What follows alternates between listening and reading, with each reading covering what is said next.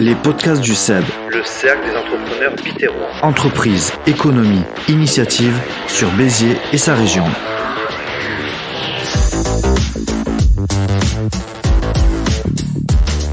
Bienvenue à toutes et tous dans les podcasts du CEB, c'est la saison 2, épisode 4, c'est parti.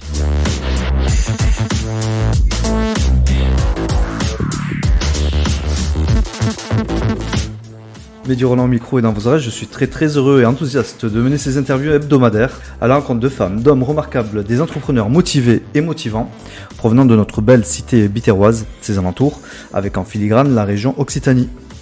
Aujourd'hui, nous allons recevoir Pierre Kenyek de Active Network. Il est prêt. Nous allons le retrouver dans une poignée de secondes. Comme vous le savez, si vous nous suivez déjà, en deuxième partie, nous retrouverons Michael Doutot, le président du cercle d'entrepreneurs biterrois. Il est avec nous, il va écouter avec toujours beaucoup d'attention notre invité de la semaine, qui est membre du CEB d'ailleurs.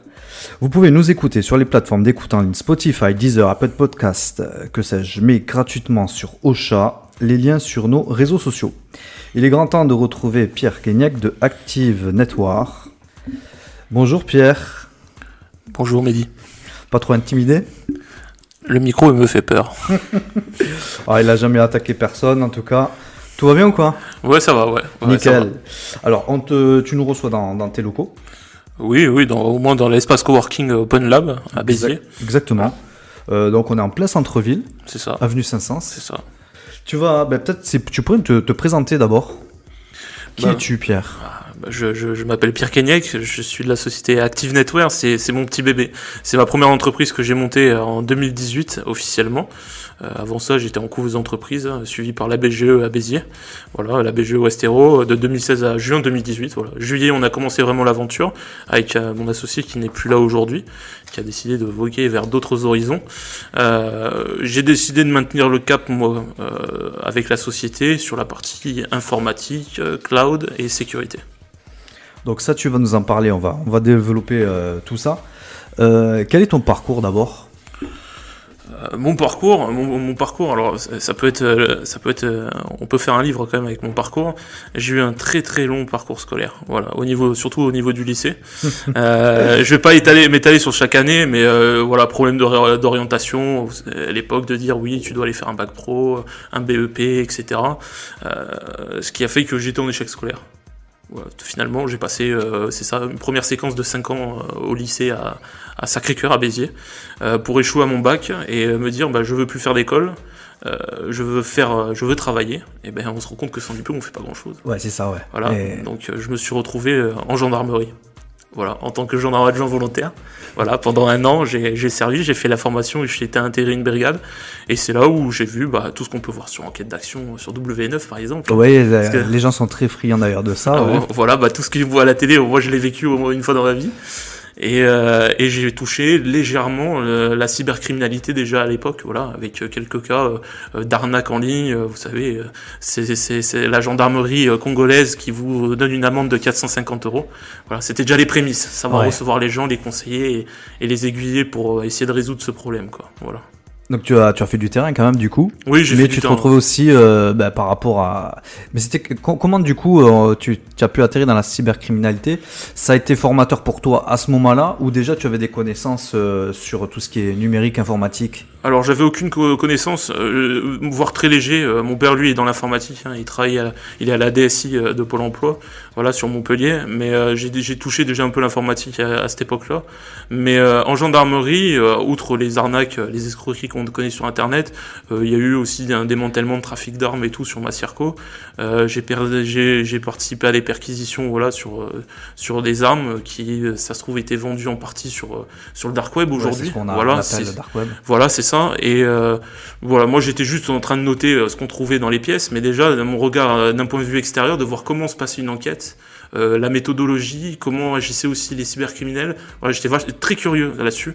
Et après, je me suis renseigné sur divers magazines en ligne, des journaux, les blogs du net, voilà, spécialisés sur la cybersécurité. Voilà. C'est déjà à l'époque ce qui m'intéressait. Voilà. Mais du coup, ce que tu as pu voir, donc, ce qu'il y avait des soucis par rapport à la sécurité, est-ce que justement cette idée a germé en toi pour pouvoir un petit peu combattre ceci ? Oui, parce que après, au bout d'un an de gendarmerie, on se pose beaucoup de questions et on se dit, voilà, est-ce que je fais que 5 ans en tant que gendarme adjoint volontaire, on arrête l'aventure? Est-ce qu'on tente le sous-officier? Moi, j'ai préféré arrêter l'aventure, tout simplement, et de reprendre mes études. Donc, j'ai repassé mon bac à Sacré-Cœur. Ils ont bien voulu me reprendre. Et toujours cette idée. Tu avais quel âge là Oh là, honnêtement, t'aurais dû me dire, j'aurais préparé. Là, comme ça, mais au moins la vingtaine. Attends, t'avais la vingtaine, forcément. La vingtaine facile. Tu as souhaité ton anniversaire il y a pas longtemps. Oui, voilà, les 30 ans. Ouais, ouais, 30 ans. Donc, voilà, les 30 ans, un âge qui marque. Mais en tout cas, voilà, j'ai repris mes études. J'ai fait un bac pro électronique. J'ai enchaîné avec un BTS à Sérignan, bac plus 2 en service informatique aux organisations, et c'est là où on était sensibilisés. Voilà, déjà sur le réseau informatique, c'est là où j'ai vraiment appris beaucoup de choses, et j'ai été formé en parallèle sur les 14 semaines de stage au sein de la DSI de Pôle emploi, où j'ai touché déjà le cloud, qu'est-ce qu'un data center, puisque beaucoup de gens encore, c'est abstrait aujourd'hui cette idée, c'est un grand bâtiment avec beaucoup de machines, et ça stocke les données, et ça permet d'avoir nos sites internet aujourd'hui en ligne pour avoir du client et de la visibilité, quoi. Donc là, c'est justement, ça va être ton domaine d'expertise. On va rentrer un peu plus en profondeur sur ce sujet-là. Donc, en fait, ça reste quand même un petit peu pour les gens, même les gens qui nous écoutent, un petit peu abstrait toutes ces notions justement de cybersécurité, de data center, ce que tu disais. Alors du coup, alors déjà, je vois que tu as été super motivé en fait. Parce qu'on peut être en échec scolaire, avoir pas été intéressé peut-être. Est-ce que c'est l'âge qui veut ça? Est-ce que c'est là justement aussi au niveau de l'enseignement que c'est pas super intéressant ou assez attrayant? Par la suite, donc du coup, tu as trouvé cette motivation pour pouvoir continuer à reprendre tes études, ce qui est jamais facile, avec d'autres intentions cette fois. Oui, on avait un objectif. C'est ça, là, au fait, ce qu'on m'a appris en gendarmerie. C'était tant qu'on a un objectif et qu'on sait où on veut aller, on ira. Il faut s'en donner les moyens. S'il y en a qui aiment les chiffres, pour quelqu'un qui avait à peine 6 de moyenne annuelle, ce qui est très très faible quand même. Bas, voilà, je suis passé à quasiment 17 de moyenne annuelle. Quand j'ai repris mes études, j'avais quasiment un an de retard. Il fallait tout reprendre de zéro en un an pour avoir le bac au final. Donc je l'ai eu à 16 de moyenne. Voilà, donc c'est qu'il y ait des bonnes stats. Et comme quoi, juste la motivation et se fixer des objectifs, ça aide. Ouais, ça c'est super important de le dire aussi aux gens et puis aux parents, quoi. Dire que on peut toujours trouver une voie, quoi. Mais il faut cette motivation, il faut peut-être pas mal d'éléments. En tout cas, pour toi, ça a été. Je pense aussi peut-être la gendarmerie, ça a été super formateur pour toi, de ce qu'on entend. Donc, comme quoi, c'est une très très bonne chose. Donc du coup tu as lancé Active Network. Si tu peux justement nous en parler de cette création. En fait, c'était venu déjà à l'époque avec mon ancien associé Steve. On était camarades de promo, lui en option développeur et moi en option réseau. Et on devait apporter la même problématique à un de mes voisins sur une application qui pouvait l'aider à gagner en productivité. Et déjà, ça a été le début d'un partenariat, d'un travail d'équipe. Et on s'est dit pourquoi pas essayer de monter notre boîte après le BTS et d'apporter des solutions concrètes aux entreprises. Donc on a mis du temps à se trouver quand même. On a commencé comme tout le monde, un développeur égale site internet, mais c'est pas que ça aujourd'hui. On le voit dans les besoins d'une entreprise, que ça soit de par un site tout simple, site vitrine, un site commerce, ou alors aujourd'hui on va plus loin, c'est des applications de gestion, des applications mobiles, qui sont en très forte demande, surtout depuis le confinement, d'augmenter notre productivité à distance. C'est répondre à ces problématiques-là, qu'on voulait à l'époque. On a mis un peu de temps à se trouver, même moi, par rapport à mes offres. Au début, j'hébergeais simplement du site internet vitrine. Aujourd'hui, les offres, si on va sur le site internet d'Active Network, elles sont encore plus étoffées qu'aujourd'hui. Ça passe la plateforme Microsoft 365. C'est une solution de productivité, suite Office, partage de documents, chat avec Teams, les visios, tout. Le cloud aussi, on parle beaucoup de cloud. C'est le cloud en fait. Le cloud, on l'utilise aujourd'hui inconsciemment. Déjà, ne serait-ce les 3/4 des entreprises qu'on croise avec les adresses Gmail, Gmail, Outlook ou autres, c'est du cloud. On n'a pas les données au sein de notre entreprise, on les a chez des prestataires. Ça coûte beaucoup moins cher. Alors quand c'est gratuit, on dit toujours c'est nos produits, ce qui est logique. Mais quand on est professionnel, on prend une adresse mail professionnelle, on va payer ce service. Mais ça fait gagner en productivité parce que forcément on travaille beaucoup plus facilement. On unifie notre espace de travail et surtout on gagne en image. on a plus d'images. Toi, d'ailleurs, Mehdi, qui est dans la communication. Professionnel, voilà, ça on a fait... plus d'impact avec avec notre nom de domaine, Ouais, avec tout le à nom fait, de notre ouais. entreprise, C'est l'image qu'avec de une marque. gmail.com, quoi. Voilà. Ouais, exactement, ouais. Et puis peut-être que ça rassure un peu plus aussi les gens, parce que dans la Aussi. mesure où qu'on a une adresse Gmail ou d'autres adresses, on reçoit tous dans sa boîte mail des arnaques et tout ça. Donc du coup, je pense qu'il y a aussi cette peur aussi de mail que tout le monde peut créer en fait. Bah, au final. vu ce que tu dis, tu vois, je vais faire un très bon exemple. Je le dis tout le temps à mes clients, je dis voilà, vous préférez, vous avez votre boîte de réception devant vous, votre boîte mail, vous recevez 2 mails, jeanpierrelepombier@gmail.com ou alors j.p@plombier-béziers.com. Voilà, et à chaque mail, il y a une pièce jointe avec écrit facture. Quel mail on serait plus tenté d'ouvrir? Voilà, c'est une question d'image et aussi d'une marque de confiance. Voilà, un nom de domaine, ça a été réservé. Ça se trouve, mon plombier, je l'ai trouvé justement sur son site internet, plombier-béziers.com. Voilà, et je sais que JP, c'est diminutif de Jean-Pierre. J'aurais beaucoup moins de chances de trouver un virus dans cette pièce jointe qu'avec l'adresse Gmail que n'importe qui aurait pu créer. D'ailleurs, avec Gmail, Outlook ou d'autres services gratuits aujourd'hui, quoi. Ouais. Voilà. Si tu peux justement étoffer tous tes services ce que tu peux proposer, parce que je pense qu'il y a différentes façades dans ton C'est ça. activité, parce qu'on a parlé de beaucoup de choses, mais peut-être pour synthétiser, pour que les gens voient un petit peu plus clair. Aujourd'hui, voilà, depuis novembre que je suis seul, j'ai tout réorganisé au niveau des services sur Activator. On a vraiment 3 domaines d'activité. L'informatique, tu l'as bien vu, je te l'ai montré. On a vu avec l'informatique qu'on peut avoir différents cas d'usage. Quelqu'un qui est fixe, sédentaire, on va plutôt partir sur une petite tour, un petit ordinateur, voilà, avec un écran. D'ailleurs, si on est à l'image, on peut les voir. Voilà. Tu peux dire, ça c'est un disque dur. Voilà, c'est ça. Pour ceux qui auront la vidéo, ils verront. Sur la miniature, on le verra, voilà. Mais donc ça, et après, on peut aussi avoir le cas le plus classique, un ordinateur portable, qui aujourd'hui, on peut emmener partout. Voilà, on peut travailler de n'importe où. C'est la liberté numérique. Puis de plus en plus fin aussi, Voilà, de plus en plus léger aussi. Et puissant, toujours aussi puissant, même plus. Ouais, je l'ai pas ici, j'aurais dû peut-être le ramener. Je l'ai à la maison, mais j'ai le grand cousin d'il y a 15 ans. On va dire que c'est un peu une dalle de béton, quoi. On peut tuer quelqu'un avec facilement. Voilà. Donc on a une grosse évolution au niveau de la technologie. Voilà. Il y a beaucoup de solutions qui s'offrent. Et donc là, c'est des produits Dell. Voilà. Tu travailles avec Dell? Ouais, Dell exclusivement sur la partie informatique. Il fallait, pareil, comme on disait, une souci d'image de marque.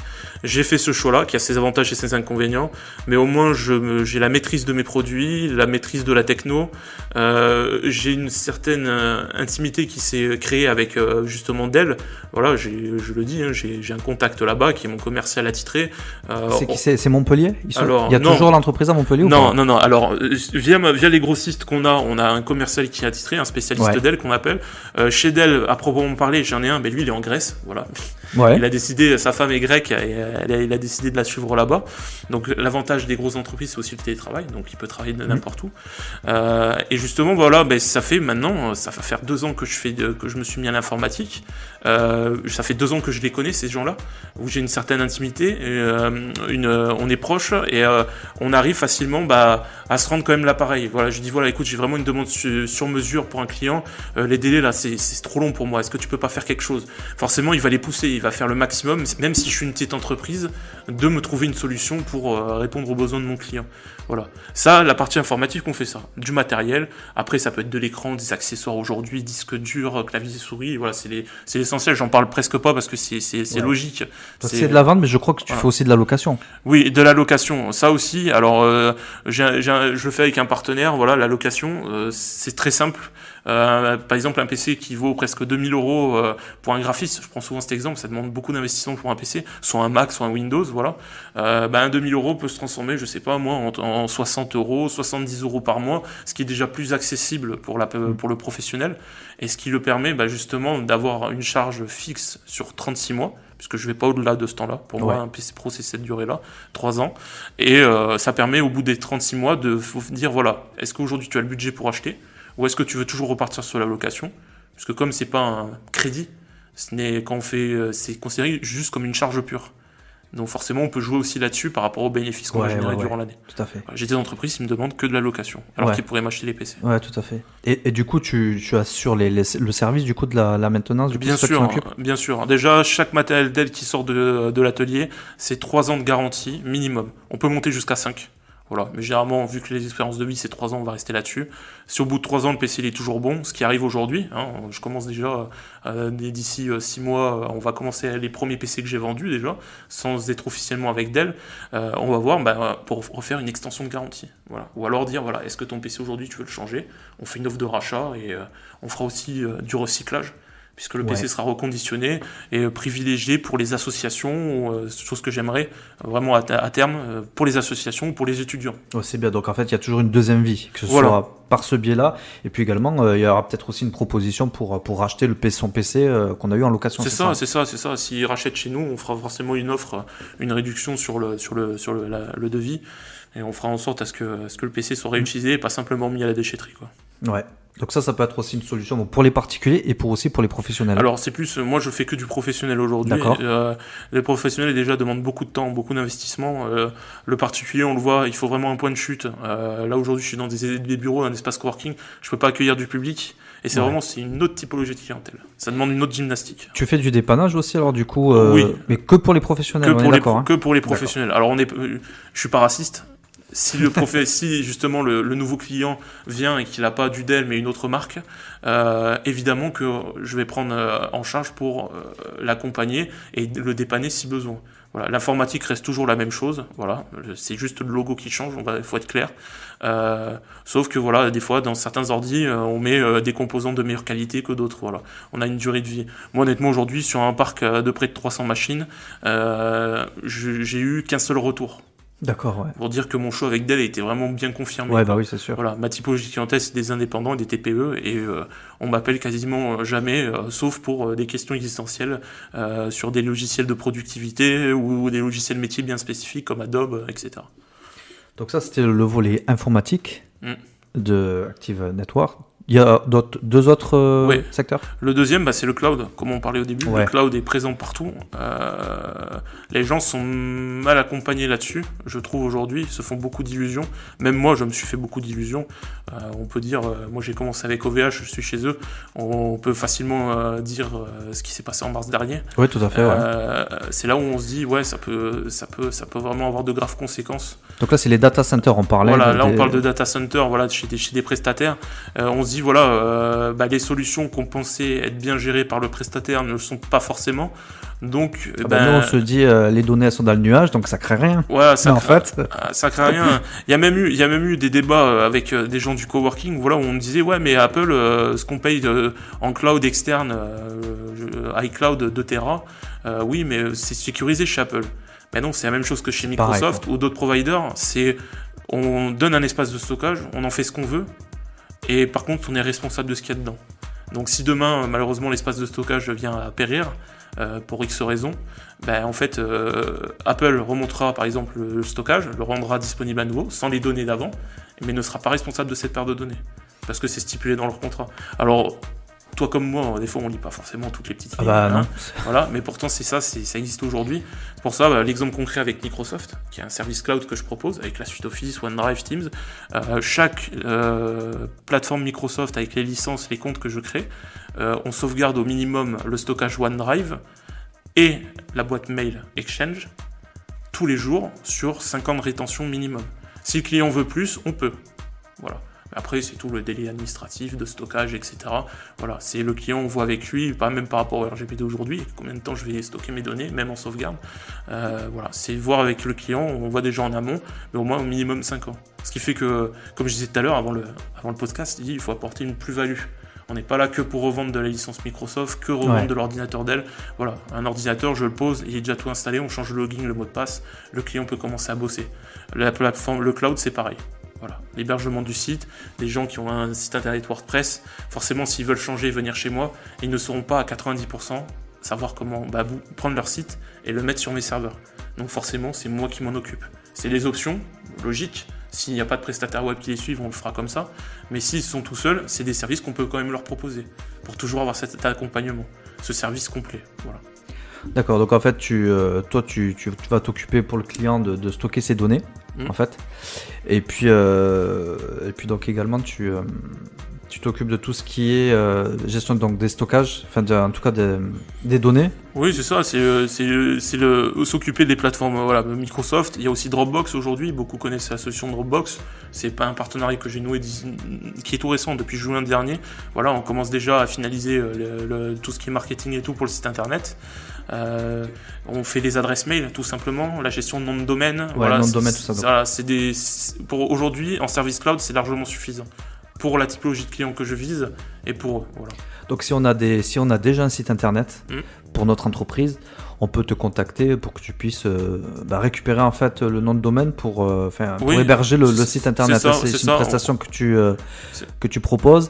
Et après au niveau des services du coup par rapport à ça, les services tu les as. Je te l'ai dit. C'est en fait tu le gères. À tout moment, de toute façon, toi, tu as le contrôle sur ça, en fait. Oui, voilà. Ça. Après, oui, j'ai une supervision sur les serveurs et tout. J'ai tout mon parc en gestion. Je vois qu'est-ce qu'il y a, si ça tombe.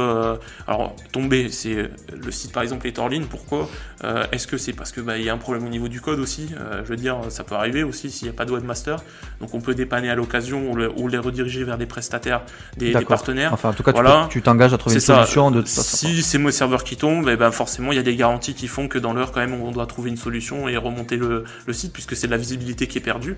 Et pour les sites marchands, alors j'en ai pas encore aujourd'hui, c'est surtout du site vitrine, mais imagine un site marchand pendant 1 heure sans être en ligne, c'est de l'argent de perdu, c'est le gagne-pain de l'entreprise, quoi. C'est la boutique qui brûle, qui n'est pas disponible, quoi.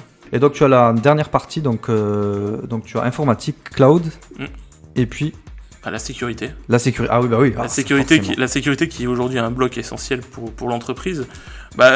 Après, le mot cybersécurité, pour moi, on en fait un peu trop aujourd'hui. Je parle pour la TPE-PME. Alors après, ça va beaucoup plus loin à pousser sur l'élaboration d'applications, etc.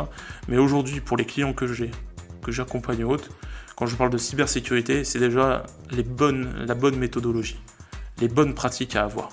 Si je mets pas mon mot de passe sur un post-it à la vue de tout le monde, je suis arrivé dans une entreprise aussi, c'est toujours pareil. Déjà, à la porte de la salle serveur, c'est une porte en carton. C'est les portes qu'on a pris qu'au dépôt pour même pas 30 €. Bon, avec une serrure que t'as eu certainement dans ton appartement, les mêmes types de serrures. Bon, voilà, déjà, avancer que à forcer, c'est facile. Là, on a encore plus de chance, il n'y a pas besoin. Donc déjà, toi, tu vois déjà l'environnement. Voilà, c'est déjà voir comment l'entreprise, si elles ont de l'informatique sur site, voir comment ils bossent. Parce que des fois, ils le prennent vraiment très à la légère, surtout par rapport aux données qu'ils stockent. Et oui, vous imaginez, là on donne une maison de santé, par exemple, on peut pas se permettre de mettre un simple ordi boulanger pour mettre l'application métier dessus, c'est pas possible. Il faut un serveur, il faut une baie de brassage, faut que la pièce soit ventilée, il faut que le refroidissement se fasse bien, les niveaux de support nécessaires. L'installation, la configuration, voilà, l'accès physique aux données aussi, parce qu'évidemment si on ouvre la porte, pas mettre le mot de passe sur un post-it aussi, parce que ça on a trouvé trop souvent sur une salle serveur, le mot de passe avec écrit 1, 2, 3, 4 ou password tout simplement. Voilà, c'est des expériences un peu vécues quand même, des mots de passe ultra simples. Maintenant, il faut c'est sensibiliser les gens. En fait, voilà, ce que tu dis en gros, c'est que quasiment fait tout ça, il faut le dire, que ce soit à la maison ou en entreprise, c'est un peu du bricolage, quoi. Oui. C'est-à-dire que ce soit au niveau des prestataires, peut-être il y en a plusieurs, au niveau de l'ordinateur, on l'a acheté là-bas. C'est ça. Bon, en fait, toi, ce que tu proposes, ta solution, c'est tout en un. Tout en un, voilà, tout regroupé, puis pour avoir vraiment le contrôle de tout ça, quoi. J'aime bien parce qu'avec mon partenaire Acronis, qui est justement, c'est un des éléments de sécurité aujourd'hui, c'est qui est la sauvegarde, c'est une pratique pour sécuriser ses données. Avec mon contact chez Acronis, il me disait quand tu vas voir un prestataire informatique, c'est comme si tu allais au resto. Le resto, tu prends l'entrée, le plat et le dessert au même endroit. Tu vas pas le faire dans différents restaurants le même midi, c'est pas possible. Ou alors si tu le fais, c'est que c'est vraiment parce que t'en as envie, quoi. Ou c'est de la mauvaise foi, si on te le dit en face. Mais généralement, tu prends tout ce qu'il faut. Là, comme tu disais, il y a des gens, oui, c'est le frère du voisin qui s'occupe de me choisir l'ordinateur sur Amazon, qui est pas forcément bon pour ce qu'il faut faire au final. Ouais. Mais sauvegarde, mais j'ai le logiciel craqué, c'est bon, ça me permet de sauvegarder sur mon disque dur externe. Ouais, le disque dur externe n'est pas fait pour stocker des sauvegardes. À la limite, faire une sauvegarde temporaire, mais il faut qu'il y ait un roulement sur cette sauvegarde. Il ne faut pas que stocker sur du long terme, c'est pas possible. Aujourd'hui, il y a tellement de solutions. Je me disais, on revient toujours à Microsoft, on a OneDrive. externalisons la sauvegarde. En plus, avec la sauvegarde journalière que j'apporte, en plus, avec ça, on sécurise un peu plus les données que de les mettre sur un disque dur externe. Ça, c'est essentiel pour un professionnel, quoi. Voilà. Même un bon antivirus. Aujourd'hui, je vois trop de gens avec des antivirus gratuits. Ah ouais. C'est pas qu'ils sont mauvais, mais ils feront le minimum du travail pour ce quoi ils ont été créés, être gratuits. Voilà. Maintenant, après, il y a des sites qui permettent de comparer, voilà, des comparateurs, des organisations indépendantes qui testent les antivirus. Bon, aujourd'hui, la marque que je promue, qui est ma religion, c'est F-Secure. Voilà, c'est, je pense, une des marques d'antivirus les plus sérieuses du marché. C'est une des seules qui n'a pas été rachetée, contrairement à ses concurrents. C'est elle qui achète. Voilà, elle rachète tout le monde, elle englobe les technologies des autres et afin d'améliorer la sienne. Et c'est ça qui aimait. Ils viennent du pays de la RGPD, donc forcément, on a ce côté bienveillant, respectueux des données, vraiment sécurisé. Moi aujourd'hui, j'ai un parc et je touche encore du bois, parce que faut pas quand même provoquer, mais je n'ai pas de clients qui se sont fait pirater aujourd'hui ou qui m'ont dit, qui ont refusé, en tout cas, l'installation d'un antivirus professionnel. Voilà. Moi, ça me permet aussi d'avoir un ensemble, la vue sur les ordinateurs de mes clients. Ouais. Je vois pas leurs données, je vois pas le bureau qui s'anime avec ce qu'ils ouvrent et ce qu'ils consultent. Je vois simplement les tentatives d'infection, voilà, sur le PC. S'ils vont sur des sites un peu streaming et tout, on est tous, on a tous un peu la flemme de payer Netflix et d'aller sur les sites de streaming, mais forcément, il y a des programmes qui vont se déclencher derrière, et je le vois sur l'antivirus, je le vois sur mon tableau de bord. Donc voilà, déjà un antivirus payant, mais un bon. Que ça soit F-Secure ou un autre qui cherche, qui compare. Maintenant, aussi en sécurité, comme je disais, sécuriser les données. Donc ça va, soit on les met sur un stockage externe, soit on les sauvegarde. Donc ce qui est un principe de ne pas avoir... ce n'est pas un drive, ce n'est pas un Dropbox. Pour moi, c'est pas de la sauvegarde. C'est juste aider à externaliser ces données et à les rendre à être productifs pour pouvoir les partager facilement. Et tout en sécurité, avoir la maîtrise du partage. Maintenant, la sauvegarde pure, aujourd'hui, c'est très simple. D'ailleurs, ça va sortir en octobre, les nouveaux services de sauvegarde. On installe un logiciel sur votre ordinateur, on voit avec vous les besoins que vous avez en sauvegarde. Si vous ne travaillez pas le mercredi, ça sera le mercredi qu'on fera la sauvegarde. Vous laisserez l'ordinateur ouvert. Si c'est une PME avec beaucoup de contraintes, on va voir avec eux quelle stratégie on va mettre en place, quand et où, comment. Mais l'ordinateur, il se sauvegardera tout seul à l'extérieur sur des data centers sécurisés. HDS, c'est la plus haute autorité de sécurité, c'est hébergement de données de santé. Là, on a la plus grosse certification du marché. Dès qu'on a un data center qui est estampillé HDS, on sait que les données vont être vraiment bien conservées et bien stockées. Voilà. Et Acronis, c'est la confiance qu'ils m'ont donnée. Alors, le jeu veut que le data center français se trouve à Strasbourg. Alors je tiens à préciser, ce n'est pas chez OVH, c'est leur data center à eux. Voilà, des fois les clients me font la blague, mais c'est vraiment une solution aujourd'hui. Je l'ai testé, ça fait 1 an que je teste. Voilà, même avec mon ordi de travail en haut, je me suis amusé à pas mettre un ransomware dedans, mais à tout supprimer. Et me dire, voilà, je suis dans le cas concret d'un client, je retrouve mon PC à nu, comment je fais pour retrouver mes données ? Et j'ai fait le chemin qu'il fallait faire, j'ai suivi les documentations, etc. Et ça me permet de mettre en place les process pour accompagner le client en cas qu'il perde ses données et qu'il faille réinstaller l'ordi. Ouais. Voilà. Donc on l'a bien vu avec tous tes services, puis avec cet accompagnement pour les entreprises. C'est vrai qu'on est tous un petit peu en difficulté sur ces questions-là, et puis on ne pense pas que c'est essentiel, mais en fait c'est essentiel, quoi. Donc en tout cas, c'est un appel pour les entreprises justement qui veulent un travail vraiment professionnel avec la sécurité, puis un rapport de confiance, parce qu'il faut dire après, on te connaît justement parce que tu es membre du SEB. Oui. Qu'est-ce que tu peux nous dire justement du SEB ? Ça fait longtemps que tu y es Depuis le début. Depuis le début. Depuis le début, Mickaël m'a appelé avant même de créer le SEB. Enfin, il était en phase de création. Il avait déjà préparé la jolie charte qu'on a tous signée. Ouais. Je dois dire, Mehdi, j'espère que tu l'as bien signée. Tu l'as même paraffé. Je l'ai lu. Parce que voilà, moi je l'ai lu et paraffé et je l'ai signé avec amour. Ah, c'est sérieux. Voilà, c'est beau. Hein. On a affaire à un juriste quand même. Mais le SEB, pour moi, oui, c'était une occasion. Il y a des réseaux aujourd'hui où c'est, comme je dis, des réseaux génériques où en fait tout le monde peut se rencontrer. Il n'y a pas d'exclusivité. Le fait qu'il y ait l'exclusivité m'intéressait beaucoup. Ce qui me permet aujourd'hui... 30 entreprises, quoi. 30 entreprises. Sans concurrence. Sans concurrence, ce qui permet de faire vraiment connaissance avec les gens, d'apprendre à recommander, parce que c'est un exercice, c'est vraiment quelque chose qui s'apprend, c'est pas quelque chose d'inné, ça peut être inné pour certains. Même se présenter, faire le pitch aussi à chaque fois. Se présenter, faire le pitch d'1 minute et tout, c'est sport. C'est une belle école aussi. Voilà, c'est sport. C'est une belle école, mais c'est formateur, on en parlait juste avant avec Mickaël, c'est formateur, c'est exactement ce qu'il faut pour dynamiser et donner confiance aux gens. On sait qu'on va arriver, qu'on est dans un groupe. On fait partie, c'est l'unité. Moi, ça me rappelle la gendarmerie, l'école. Voilà, on a été formés, on était 110 dans ma promo. 150 au début, 110 à l'arrivée, mais 110, on était vraiment, on se connaissait tous, on savait un peu le vécu de chacun et on sait les difficultés qu'on peut rencontrer. Mais tout seul, on ne peut pas y arriver. Voilà. Même moi, j'ai fait cette erreur-là, de me retrancher tout seul sur certains problèmes que j'ai eus durant de 2018 jusqu'à maintenant, alors qu'il suffisait juste de s'ouvrir, aller parler autour de soi ou autre, et forcément, on trouvera mieux la solution. Donc, qu'est-ce que le CEB t'apporte à toi, Pierre, et puis également à ton entreprise, du coup? Le CEB apporte énormément à mon entreprise. Comme j'ai dit, ça fait depuis le début en fait que j'ai rejoint le CEB. Je suis un des premiers, un des pionniers, comme me dit Mickaël, sur le groupe. Et ce que j'ai apprécié, voilà, comme je dis, c'est on est en petit comité. Il y avait déjà une base de gens que je connaissais, d'autres pas. Certains étaient déjà mes clients, ce qui a permis de gagner en confiance pour les nouveaux, les nouveaux membres du CEB qui sont devenus aussi mes clients par la même occasion. En gros, voilà. Ça m'a apporté un chiffre d'affaires additionnel assez conséquent, que je me plains pas, je suis même très, très heureux. Ça apporte du business, ça apporte de la recommandation, et justement, ça peut être un échange de bons procédés. Je vais prendre un très bon exemple avec Florent Ambrosino, notre membre de Alliance, que je salue. D'ailleurs, il a déménagé face au Polygone. Voilà, qui a déménagé face au Polygone. Justement, Florent est venu, et les agents d'Alliance, l'informatique est gérée par le groupe, mais les écrans, c'est une autre histoire. Voilà, surtout les écrans de dotation qui sont pas très très beaux et surtout qui font un peu mal aux yeux.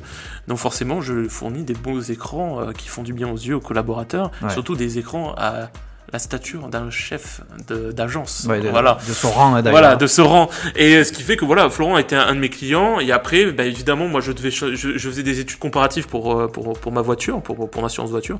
Et ça a matché direct. Il m'a fait une offre que je pouvais pas refuser par rapport à ce qui était proposé chez les autres.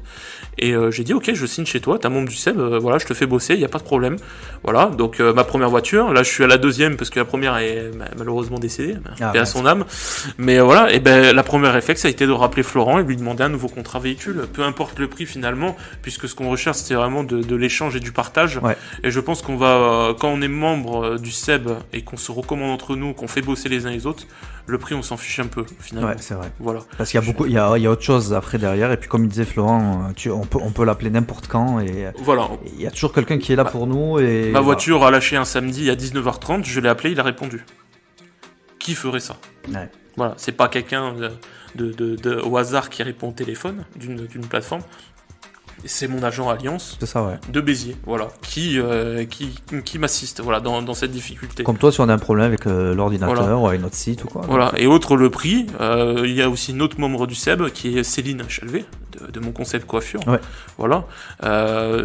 Très dur pour un salon de coiffure puisqu'il y a beaucoup de concurrence dans les villes. On regarde à Béziers des salons de coiffure à 10 €, 20 €, etc. Céline, je ne regarde pas trop même pas le prix en fait. Moi j'y vais parce que ça me fait plaisir d'y aller, parce que quand j'ai le temps j'y vais surtout le samedi. Voilà, c'est le moment détente, on voit Céline, c'est un membre du CEB, on discute, on échange, on fait bosser le réseau. Voilà. On fait bosser le réseau dès qu'on peut. Exactement. On peut te contacter, donc tu as un site internet du coup, bien sûr, forcément, bien sûr, qui est bien protégé, qui est... Oui, il est bien protégé, oui. Surtout, il est aussi bien sauvegardé. Ouais, aussi. Il est bien sauvegardé. C'est pareil, j'ai un site internet, voilà, où on peut consulter l'ensemble des services. On peut contacter, il y a même un bouton pour se faire rappeler. Voilà, on sélectionne le service qui intéresse, on met ses coordonnées et tout, et on donne une tranche horaire et je recontacterai. Tu vas me donner ton adresse, le site. Le site c'est www.active, active avec un E, tiré du 6, voilà, netware, netware.fr, voilà, active-netware.fr. Voilà, vous tout l'ensemble de mes services. Ouais. Alors justement, parlant brièvement, de temps en temps je t'envoie des mails. J'ai eu un retour de mail comme quoi je t'avais envoyé un mail et que pour sécuriser, il faut que j'applique un code pour que ça puisse vraiment... Donc vraiment, on peut voir par cet exemple-là que justement... ça évite d'avoir donc justement les spams, d'avoir des arnaques, d'avoir tout ça quoi. Oui. Les 3/4 des entreprises quand elles se font attaquer, c'est ce qu'on appelle une attaque générique. C'est en gros un robot dans un pays très lointain. Voilà, on peut dire la Russie, Singapour, etc. Et en fait, le robot va prendre tous les noms de domaine et va mettre contact devant et va envoyer tous les mails qu'il faut en disant bonjour, votre nom de domaine va arriver à expiration ou quoi. Voilà, c'est des et ces robots-là, généralement, si on n'a pas des filtres comme Mail in Black, c'est ce que j'utilise aujourd'hui, ce que je propose à mes clients. C'est aussi un partenaire de longue date qui est basé à Marseille, une solution française. Et voilà, il faut être un humain pour s'authentifier. Tu l'as vu, tu as reçu, tu as cliqué sur le bouton, tu as rempli, j'ai bien reçu ton mail. Voilà. Si c'était un robot, ça serait mis en attente. Et il y a même même la solution peut catégoriser. S'il détecte que vraiment c'est un robot, que c'est un spam, catégoriser comme spam. Si le lien mène vers quelque chose, une pièce jointe à télécharger, un lien d'un site internet infecté, voilà, par du code malveillant, pareil, c'est classé dans la dose infectée. En fait, c'est toujours pareil, c'est une solution de sécurité, mais aussi un gain de productivité. Depuis que je l'utilise, on connaît tous notre adresse contact qui est remplie de spam, c'est horrible. Bah, cette solution-là déjà permet le tri, voilà. Après, j'ai les plus peureux qui me disent « Oui, mais si le gars remplit pas la CAPTCHA, comment on fait ?» Vous inquiétez pas, vous avez un rapport 3 fois par jour qui vous dit quels sont les mails en attente. Tout ce qui est infecté ou spam est juste signalé et ça sera à vous de vous connecter sur votre dashboard Mail in Black et de voir vraiment les mails bloqués en spam. Voilà. C'est génial. En tout cas, tu es génial, Pierre. Qu'est-ce que tu veux que je te dise plus ? Peut-être bientôt faire quelque chose sur les démarches téléphoniques. Oui. Tu pourras nous bloquer ça, peut-être. En tout cas, pas de solution encore. Bon, là, c'est au niveau de la téléphonie, mais c'est vrai que là, au niveau des PC, de la sécurité, des connexions, tout ça, on a affaire vraiment à un pro. Merci en tout cas. Merci de nous avoir reçus, de nous avoir exposé ça. Je pense qu'il fallait le faire pour les entreprises, super important. Surtout, on est un peu perdu à l'heure actuelle avec toutes les solutions qu'il peut avoir. Et puis, comme je disais, on fait souvent un peu de bricolage. Et on fait pas mal d'erreurs. Donc merci Pierre, merci de nous avoir reçus. Juste te dire aussi que tous les mois tu organises tes after-work. Ouais, c'est ça, ouais. Si tu peux dire un mot. Oui, alors normalement j'ai l'informaticien à l'image d'un geek un peu reculé dans sa chambre devant son ordi. Ouais, c'est ça, ouais, tu m'as. Alors malheureusement j'ai pas d'ordi gamer, hein, voilà, j'ai juste une Play 4 que je joue presque jamais, j'utilise comme tout le monde Netflix, Disney+, hein, voilà, pour regarder les films et séries. Mais j'aime les gens. Voilà, je suis quelqu'un de très sociable et vrai, j'ai remarqué toutes les soirées entrepreneurs avec le web marketing, la comptabilité. Il y en a une que j'ai fait, c'était sur les ordonnances Macron pour les chefs d'entreprise. C'était chiant. Voilà, mais on voyait le buffet derrière qui se montait. On avait plus envie du buffet que d'écouter le gars. Voilà, après 9 heures de boulot, c'est normal, c'est naturel. Et là, je me suis dit, avec un collègue, d'ailleurs un membre du SEB, Florian Combe, hein, de Global, on a dit, il faut qu'on crée un afterwork. 18h30, 21h, voilà. Vraiment le modèle afterwork. Dans un bar ou un restaurant qui peut avoir plusieurs types de bières, un peu sur le thème de l'apéro et tout, voilà, vraiment détente. Pas de présentation 1 minute, rien du tout. On vient juste, on rencontre les gens, on échange les cartes, on veut parler bricolage, on parle bricolage, on a envie de parler travail, on parle travail. Voilà, c'est vraiment et une fois par mois. C'est le 2e jeudi de chaque mois. Et puis ça change de lieu à chaque fois. Ça change de lieu à chaque fois. On peut retrouver ça, toutes les infos sur ta page Facebook. Voilà, hein. Sur la page Facebook, sur notre site internet, puisqu'il y a une rubrique nos événements. Alors il y aura bien sûr autre chose que ces afterworks. On va essayer de faire des petits déjeuners, des webinars ou autres sur différentes thématiques, sur différentes solutions qu'on propose. Mais voilà, en tout cas, les afterworks visent à rassembler les gens pour éviter qu'ils soient tout seuls. Et aussi, ça connecte différents réseaux. Vous êtes venu au dernier afterwork, vous avez fait la promotion du SEB, et pour moi c'est le but, voilà, qu'il y ait beaucoup de réseaux qui rejoignent pour que les gens, il y ait cette émulsion, que les gens arrivent à développer leur entreprise. Puis c'est vraiment un succès. Voilà. Bravo en tout cas. Merci Pierre. On se retrouve très bientôt. De toute façon, tu fais partie du cercle d'entrepreneurs biterrois, donc c'est super. On se retrouve déjà au moins une fois par mois, mais on garde toujours le contact. Et puis en tout cas, merci de nous avoir reçus encore une fois. De rien. Très utile, donc n'hésitez pas à contacter Pierre. Merci à vous. C'était l'interview de Pierre Kenyek de Active Network, saison 2, donc épisode 4. À retrouver ainsi que tous les épisodes des saisons 1 et saison 2, non pas sur Netflix, mais sur nos réseaux sociaux et sur toutes les bonnes plateformes d'écoute en ligne. On a l'habitude de vous les rappeler, Spotify, Deezer, Apple Podcast et bien d'autres. On passe à la suite de notre émission avec le débrief de Michael Duto. Il a écouté toujours avec beaucoup d'attention notre invité, Pierre Kenyek, est donc membre du SEB. Michael, bonjour. Bonjour Mehdi. Donc toujours président du SEB des entrepreneurs biterrois. Ce qu'il faut dire aussi, c'est que Pierre est quelqu'un de très motivé, très investi. Oui. Et ce qu'on aime chez lui, c'est ça, c'est son professionnalisme. Et alors moi, j'étais touché par le fait qu'il ait une scolarité très mauvaise, 6 sur 20, il a rappelé de moyenne. Mais au final, par la suite, avec son expérience de vie, il a repris ses études. Et puis, comme quoi, on peut réussir, quoi. Complètement, Mehdi. Complètement. Il a eu une prise de conscience. Et autant dire que son parcours est très, très révélateur et dont nous ne pouvons que nous inspirer. Tout à fait, ouais. Je tiens, Mehdi, à saluer justement le parcours exemplaire de Pierre Kenyek, qui ne peut qu'être source d'inspiration pour beaucoup de nos auditeurs, notamment ceux qui ont vocation à devenir entrepreneurs. Les valeurs inculquées par la gendarmerie ont généré chez lui une remise en question, l'ayant conduit à reprendre ses études dans le domaine de l'informatique, et à force de travail acharné, de ténacité et de dépassement de soi, il a finalisé son cursus de Bac+2 en service informatique avec les honneurs. Cela est bien la preuve, Mehdi, par l'ascension de Pierre, que quand on se donne les moyens de réussir, peu sont les risques de ne pas atteindre son objectif, et je me permets de reprendre la citation de Napoléon Bonaparte, qui en est le parfait symbole. Quand on veut constamment, fermement, on réussit toujours. Pierre, entrepreneur dans l'âme, au nom d'Active Network, membre pionnier du SEB, œuvre sensiblement pour la cause entrepreneuriale dans le Biterrois, et par les grandes compétences qui sont les siennes, portant sur la maîtrise des produits et de la technologie, parvient à trouver des solutions inespérées pour ses clients qui depuis ne jurent que par son savoir technique. Pierre ne lésine pas sur les moyens afin de permettre à ses clients de défendre au mieux l'image de leur entreprise avec un rapport qualité-prix assuré. Ces 3 domaines d'activité dans lesquels il s'implique rigoureusement mettent en évidence l'informatique avec la vente et la location d'ordinateurs de qualité dont il y a eu seulement, Mehdi, un retour de produits sur 300 vendus et loués, avec un vrai suivi en termes de maintenance. Le cloud, pour la sauvegarde des données, et la cybersécurité, pour la sécurisation de l'accès à Internet, la protection contre le piratage, et bien sûr contre toutes les formes de malveillance par l'informatique à l'encontre de nos entreprises. Un contenu technique remarquablement explicité par Pierre Kenyek d'Active Network, un professionnel de l'informatique très sociable, agissant au plus près de ses clients avec une empathie généreuse. Ensemble, parce que l'union fait la force. Merci Michael. C'est moi qui vous remercie, Mehdi. Et vraiment, nous avons beaucoup de chance au sein du SEB d'avoir des entrepreneurs de l'acabit de Pierre. Exactement, ouais. Pierre très investi dans le mundio de l'entrepreneuriat biterrois avec le SEB, mais aussi son afterwork. Une fois par mois, le deuxième jeudi, toutes les infos sur sa page et son site active-network.fr. D'ailleurs, très beau site que je suis allé visiter. C'est la fin de notre émission, merci de l'avoir suivi en notre compagnie. N'hésitez pas à prendre contact avec Pierre et puis avec tous nos invités et leur entreprise.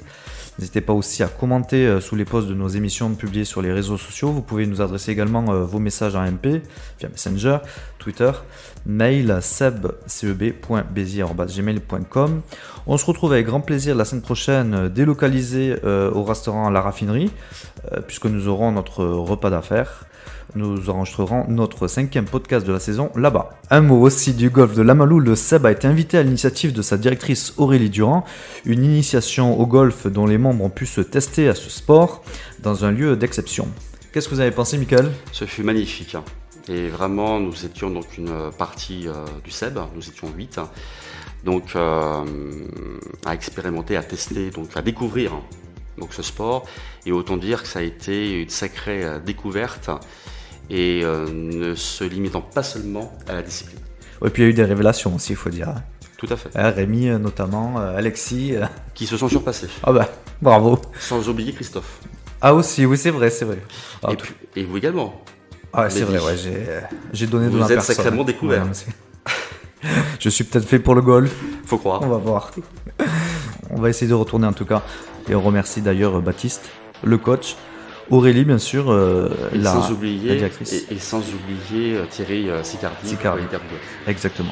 Merci en tout cas, Michael. Au revoir. Les podcasts du SEB, toujours à la découverte d'initiatives, de talents, de chefs d'entreprise, chaque semaine. Pourquoi pas vous ? Forcément, c'est au micro des podcasts du SEB, la première émission podcastée du Biterrois sur les entreprises et pour les entreprises locales. Nous en sommes fiers. Merci à tous pour votre écoute, votre soutien. En attendant, prenez soin de vous, vive l'entreprise locale, passez une excellente semaine à toutes et tous. Merci, au revoir.